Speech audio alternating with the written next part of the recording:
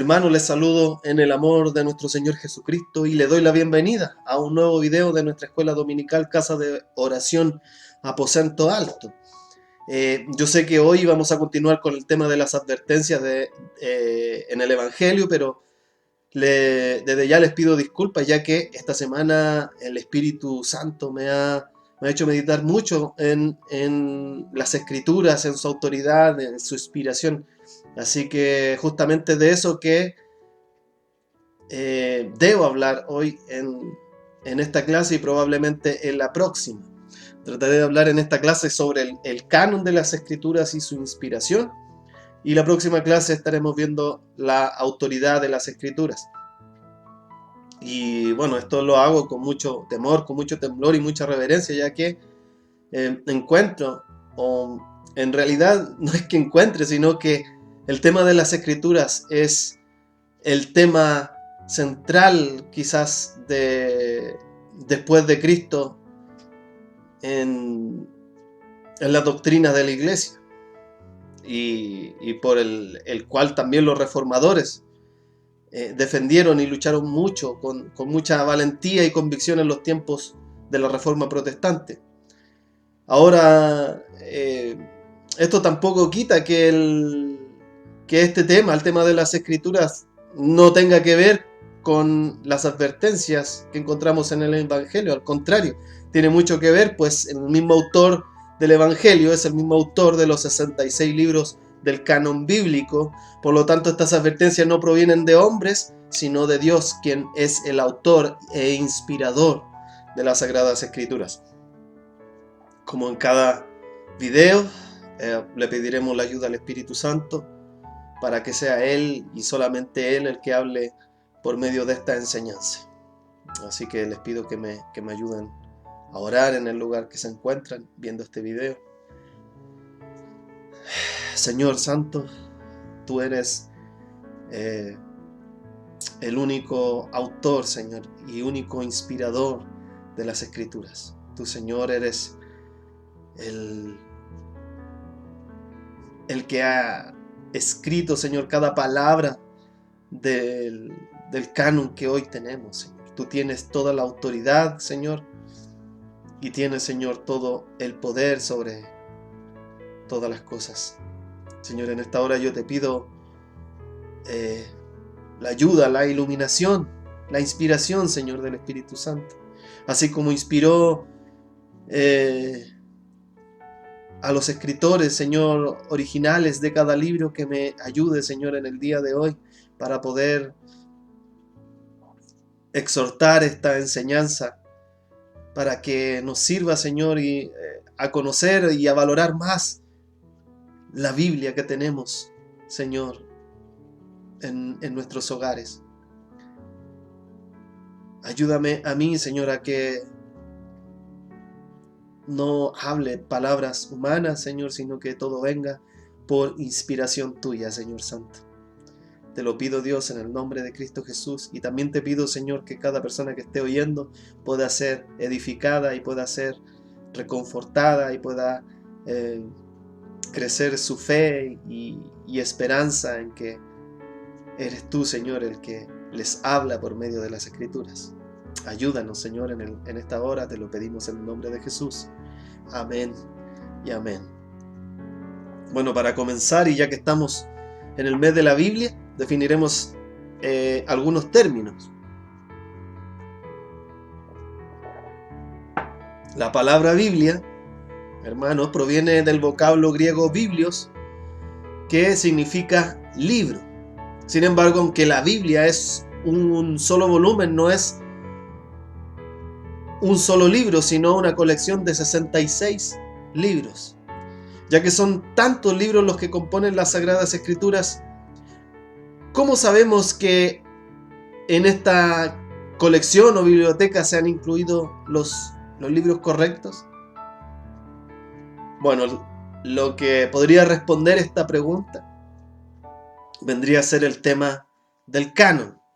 Ahora, la palabra canon proviene del griego canon, con K, que significa vara de medir, o norma, que quiere decir una manera de comportarse. Al llamar la Biblia el canon de las Escrituras, estamos diciendo que sus 66 libros juntos funcionan como la regla o la autoridad suprema para la iglesia. Como he leído en algunos lados, no es la iglesia la que define lo que dice la Escritura, sino que la Escritura define lo que se enseña en la iglesia. La Biblia es la norma o el estándar de todos los estándares. No hay otro estándar que lo juzgue. Antiguamente la Biblia no se llamaba Biblia, sino que se le llamaba canon. El canon simplemente. El canon también significa, o es el significado que los teólogos de la iglesia le han dado a través de los siglos, y es que el canon es la totalidad de los libros inspirados. Es la totalidad de los libros inspirados. ¿Por qué digo inspirados? Porque también tenemos libros que no son inspirados y que no se encuentran en la Biblia, que la iglesia protestante les llama libros deuterocanónicos o libros apócrifos. Y los libros apócrifos son todo libro dudoso, de autor incierto, de poca o ninguna fe. No son libros proféticos, no pretenden ser libros proféticos, no hablan con la autoridad de Dios, no tienen o no contienen material original y ninguna profecía, y contienen errores históricos y dogmáticos, doctrinales. Esos son los libros apócrifos. Ahora, ¿dónde empezó la idea de un canon? Es decir, la idea de que el pueblo de Israel debía preservar una colección de las palabras escritas de Dios. La misma Biblia da testimonio del desarrollo histórico del canon. La colección más temprana de la palabra de Dios escrita fueron los 10 mandamientos, ¿cierto? Los 10 mandamientos de este modo forman el principio del canon bíblico. Dios mismo escribió en 2 tablas de piedra las palabras que ordenó a su pueblo. Dice en Éxodo capítulo 31, versículo 18, dice: y cuando terminó de hablar con Moisés en el monte de Sinaí, le dio las 2 tablas de la ley, que eran 2 lajas escritas por el dedo mismo de Dios. Luego leemos en Éxodo capítulo 32, versículo 16, que dice: y las tablas eran obra de Dios, y la escritura era escritura de Dios grabada sobre las tablas. La palabra misma era escrita por Dios.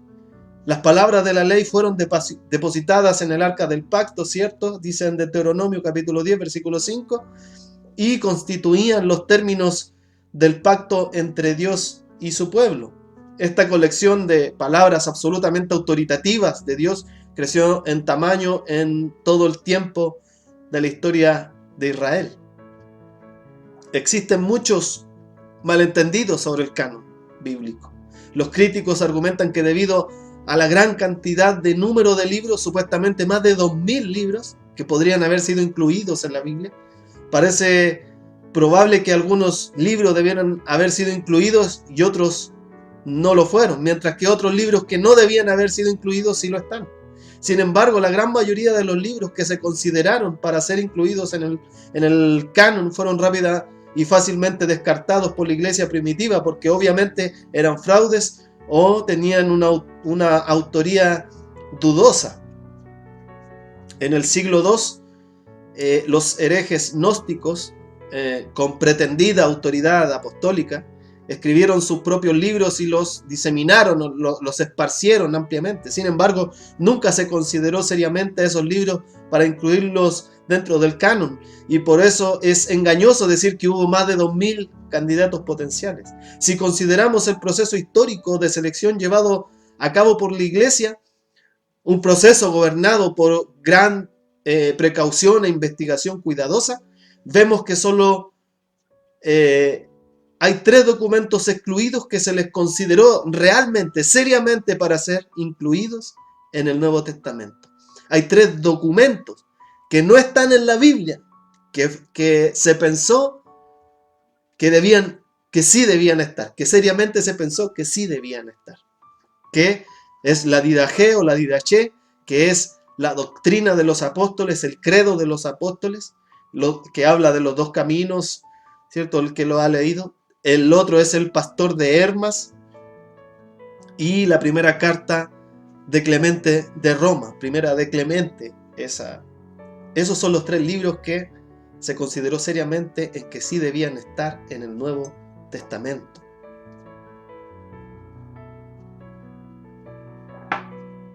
Ahora, ¿cuáles eran las marcas para que se pudiera considerar un libro canónico? Un libro es canónico cuando demuestra tener la autoridad de Dios y ser inspirado por Él. Esa es la marca clave para que un libro fuera canónico. Para poder determinar la autenticidad del canon, la Iglesia aplicó una prueba triple para estos libros. Algunos se inquietan por el hecho de que existió un proceso de selección, pero nos debe de tranquilizar la minuciosidad y el cuidadoso proceso con el cual se llevó esta selección. No fue un proceso hecho a la ligera, sino que fue hecho por hombres también inspirados por el Espíritu Santo. La primera marca o la primera prueba usada para verificar la autoridad de un libro era su origen apostólico y profético. Sin lugar a dudas, es el criterio más importante, después de que tenga la autoría de Dios, obviamente. Si alguien era profeta reconocido de Dios, entonces era obvio para todo el mundo que sus escritos no provenían de su propia voluntad, sino del Espíritu de Dios. Dice 2 de Pedro, capítulo 1, versículos 20 y 21, dice: entendiendo primero esto, que ninguna profecía de la Escritura es de interpretación privada, porque nunca la profecía fue traída por voluntad humana, sino que los santos hombres de Dios hablaron siendo inspirados por el Espíritu Santo. Cuando la palabra del Señor llegó a sus profetas, a sus apóstoles, su primer modo de comunicar a los demás fue oral. Sin embargo, la palabra predicada de los profetas de Dios es la palabra del Señor. Eliseo dijo al rey: oíd la palabra del Señor, así ha dicho el Señor. Micaías decía a Acab: escucha pues la palabra del Señor. Isaías dijo a Ezequías: escucha la palabra del Señor. Los mensajes predicados por Jeremías fueron la palabra del Señor por boca de Jeremías. El apóstol Pablo reivindicó esa misma condición para su predicación. El apóstol Pablo reivindicó el ministerio profético en su predicación. Él decía: por esto también nosotros damos gracias a Dios sin cesar, porque cuando recibisteis la palabra de Dios que oíste de nosotros, no la recibisteis como palabra de hombre, sino como es en verdad la palabra de Dios, la cual obra también en vosotros, los que creéis, dice Primera de Tesalonicenses capítulo 2, versículo 13. Por lo tanto, las más de 400 veces que los profetas dijeron: así ha dicho el Señor, atestiguan que las palabras de los profetas deben ser consideradas como la palabra real de Dios. Encontramos un testimonio similar en las palabras de un profeta del Nuevo Testamento, ¿cierto? El profeta Ágabo, que se encuentra en el libro de Hechos, en el capítulo 21, en el versículo 11. Él dice: así dice el Espíritu Santo. Así dice el Espíritu Santo, dice el profeta Ágabo. Los profetas decían: lo que yo voy a decir, lo que yo voy a deciros, Dios lo dice. No es algo que viniera de su propio corazón. La fórmula "así dice el Señor" fue usada a menudo en el antiguo cercano oriente por los mensajeros de un rey para anunciar un decreto real. Las palabras así comunicadas llegaron con la autoridad del rey. Cuando la Biblia dice que los profetas y apóstoles hablaron la palabra de Dios, indica que cuando proclamaron el mensaje divino, cuando proclamaron el mensaje que Dios les había dado, Dios estaba hablando a través de ellos. David dijo: el Espíritu del Señor habló por mí y su palabra estaba en mi lengua. Dice en 2 de Samuel, capítulo 23, versículo 2. El Espíritu del Señor habló por mí y su palabra estaba en mi lengua. Entonces, Dios habló a los padres por los profetas, dice Hebreos capítulo 1, versículo 1. Y cuando un libro fue escrito por un apóstol, tenía que ser aceptado como canónico. Por otro lado, no existe ningún caso donde un libro profético o apostólico fuese rechazado como no canónico. Sin embargo, los creyentes rechazaron libros que no cumplieron el criterio de la apostolicidad inmediatamente. Para tener un origen apostólico, para que un escrito tuviera un origen apostólico, un documento tenía que haber sido escrito ya sea por un apóstol o bajo la supervisión directa e inmediata de un apóstol. Por ejemplo, el libro de Romanos nunca estuvo en duda porque todos admitían que había sido escrito por el apóstol Pablo. Por lo tanto, tenía autoridad apostólica. Del mismo modo, tampoco se cuestionaron los evangelios de Mateo o de Juan, porque fueron escritos por apóstoles de Jesús. El evangelio de Lucas tampoco estuvo en duda porque Lucas fue un asociado de Pablo y le acompañó en sus viajes misioneros. O sea, sus escritos eran supervisados por un apóstol, en este caso el apóstol Pablo. Del mismo modo, el evangelio de Marcos fue considerado canónico porque estaba bajo la supervisión del apóstol Pedro, porque Marcos fue considerado vocero del apóstol Pedro. Así que la autoridad de Pedro está detrás de ese evangelio. Desde el principio no hubo duda sobre la autoridad apostólica de los 4 evangelios. Desde el principio. Ni sobre el cuerpo básico de los escritos de Pablo. Todas las cartas paulinas que existen no tuvieron duda de que eran escritos apostólicos. La segunda marca de aceptación en el canon fue la recepción que tuvieron los textos en la iglesia primitiva. Por ejemplo, la epístola a los Efesios fue revisada bajo este criterio, bajo este contexto. Se presupone que para esta carta Pablo tenía en mente un grupo de lectores más amplio que solo la iglesia de Éfeso. Fue escrita como una carta circular diseñada para ser diseminada, para ser esparcida a todas las iglesias de la región alrededor de Éfeso. No era una carta privada para un remitente exclusivo. Era una carta escrita para la iglesia. Y esto no solo fue así en el caso de la epístola de los Efesios, sino que también sucedió con otras epístolas de Pablo.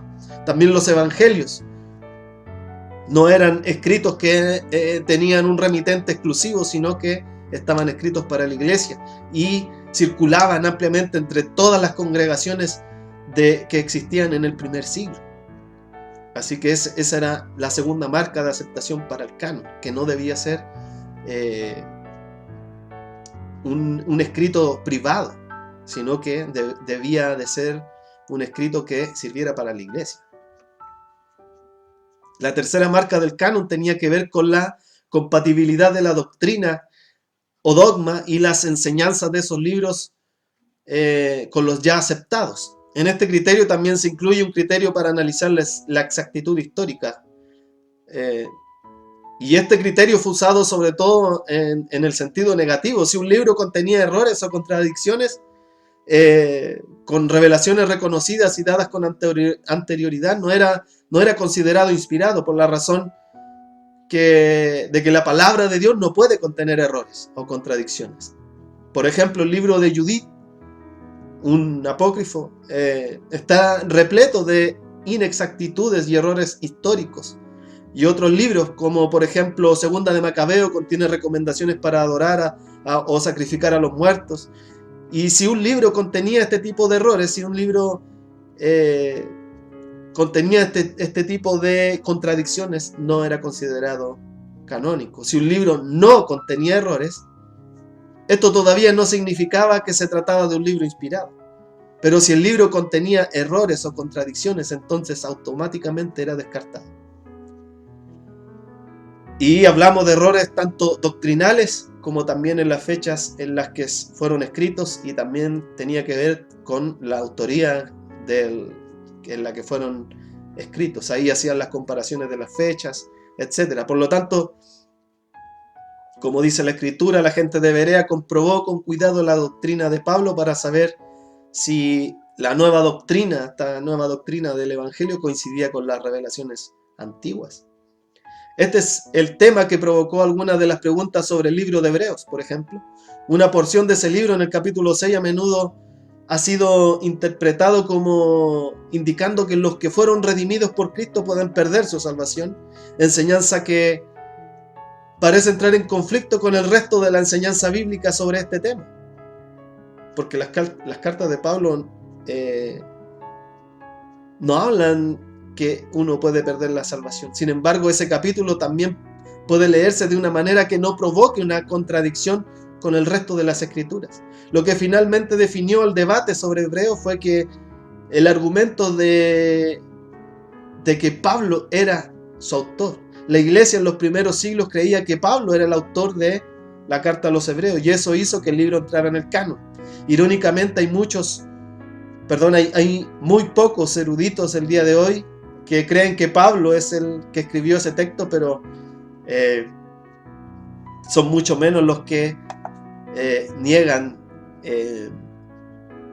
la inspiración de la carta de los Hebreos, así que son muy pocos los que negarían la entrada en el canon.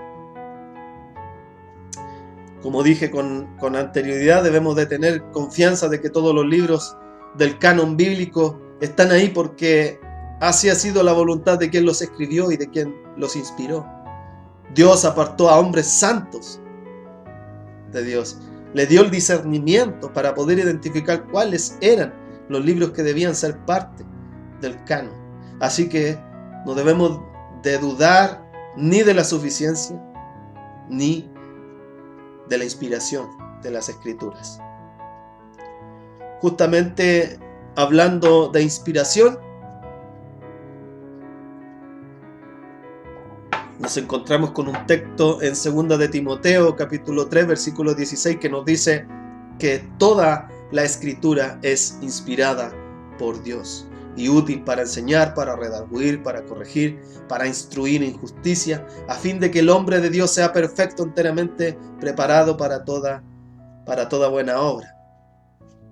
Por medio de su Espíritu, Dios inspiró cada palabra que escribieron los autores humanos de la Biblia en los documentos originales de sus 66 libros. La palabra inspiración se refiere a aquella acción directa de Dios sobre el autor humano que genera la creación de una revelación perfectamente escrita. Hace referencia a la misteriosa obra del Espíritu Santo por la que éste se sirve de la personalidad, se sirve del lenguaje, el estilo y contexto histórico de cada escritor para producir unos escritos que llevan al mismo tiempo su divinidad, su autoridad, y todo esto encaja con la palabra que Pablo usó en 2 de Timoteo, capítulo 3, versículo 16, cuando habla de inspiración. Él usa la palabra teofneutos, la palabra griega teofneutos, y esta palabra transmite el sentido de que Dios respiró, sopló o exhaló las escrituras por medio de los autores bíblicos. Es incluso posible que la traducción más exacta de 2 de Timoteo 3:16 sea: toda la escritura es exhalada por Dios. Eso es lo que realmente dice ese texto. Dios redactó las escrituras influyendo en los pensamientos del autor humano. El verbo traducido como respirar o soplar es emneo, y está estrechamente relacionado con la palabra espíritu, que es neuma, lo que implica la agencia especial del Espíritu Santo en los autores humanos.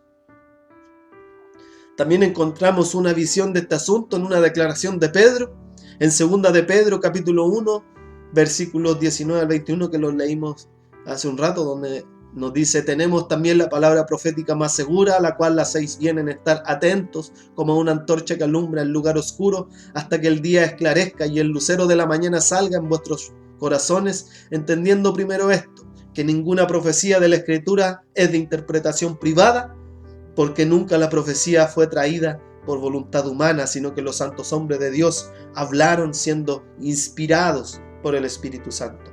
Pedro nos enseña que los profetas hablaron movidos por el Espíritu Santo.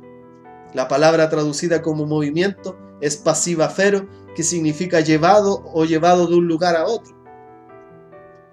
B.B. Warfield dijo que este término no se refiere a la mera guía, sino que el profeta es tomado y llevado por el Espíritu a la meta que él pretendía. Las palabras de las Sagradas Escrituras no provienen de los hombres, sino que de Dios. La inspiración no implica que Dios se apoderó del cuerpo del profeta y negó su mente y personalidad individual. Para nada. La inspiración implicaba una concurrencia sutil y penetrante que implicaba la soberanía divina absoluta y la plena responsabilidad humana. Como han observado durante mucho tiempo los estudiantes de la Biblia, cada escritor humano se expresaba con su propio estilo porque, por ejemplo, Pablo no escribió igual a Pedro y Pedro no escribió igual a Isaías.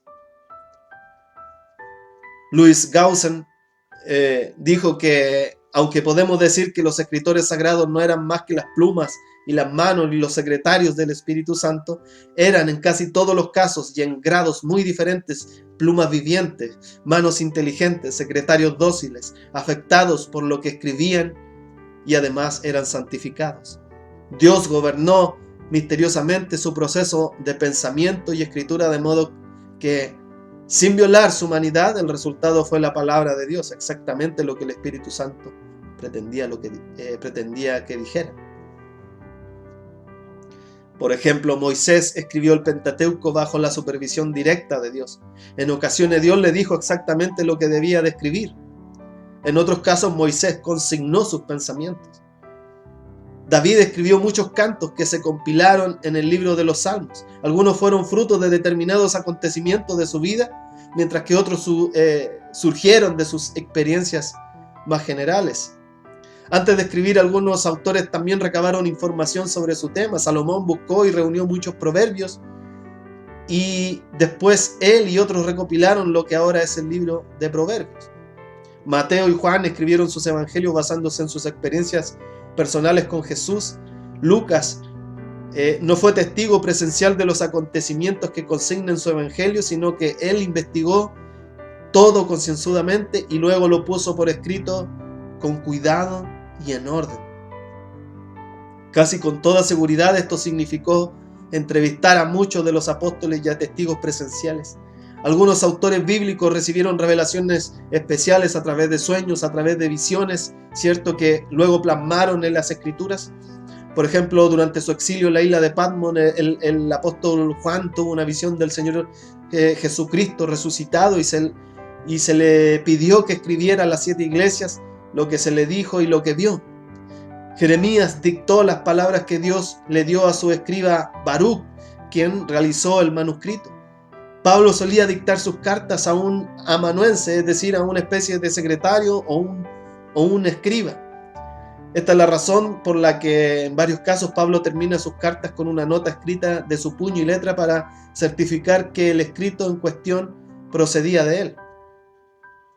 Su carta a los creyentes de Roma incluso tiene un saludo a Tercio, que era un amanuense que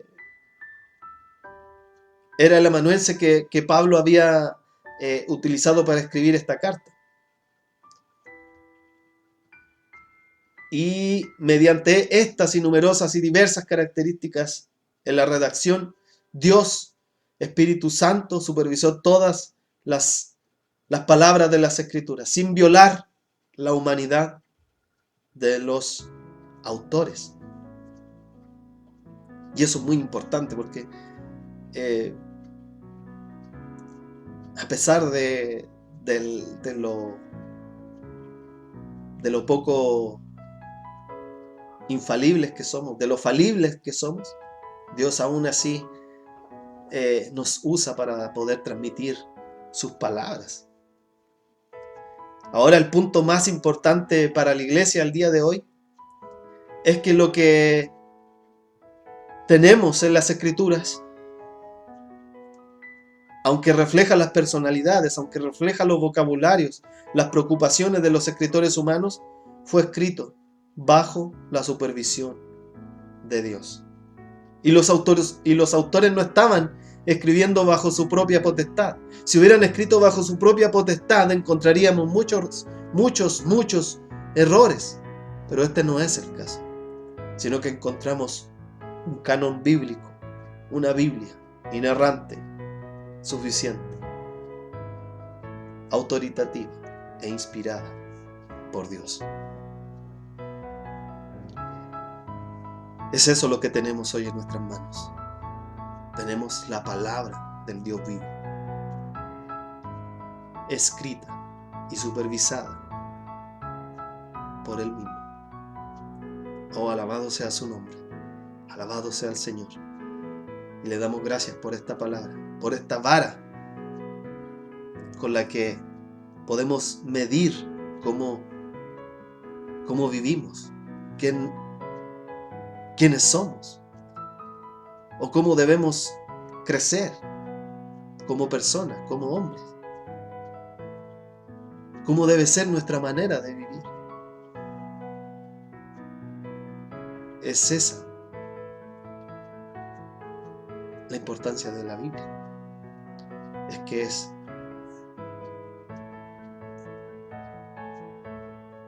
lo que nos enseña a cómo vivir.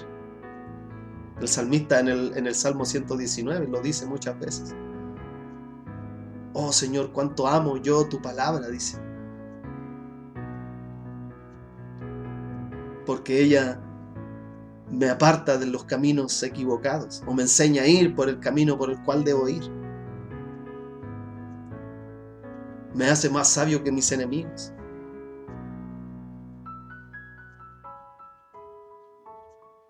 Me da más entendimiento que mis enseñadores.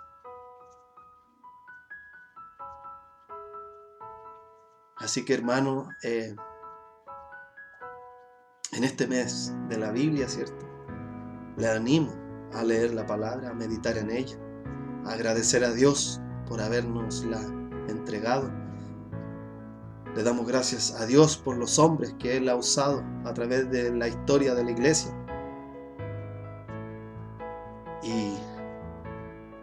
Y eso, hermano, Dios les bendiga, Dios les guarde y les proteja, les dé sabiduría, entendimiento y discernimiento para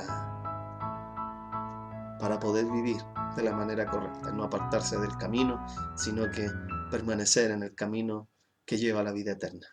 Dios les bendiga, hermano. Hasta la próxima.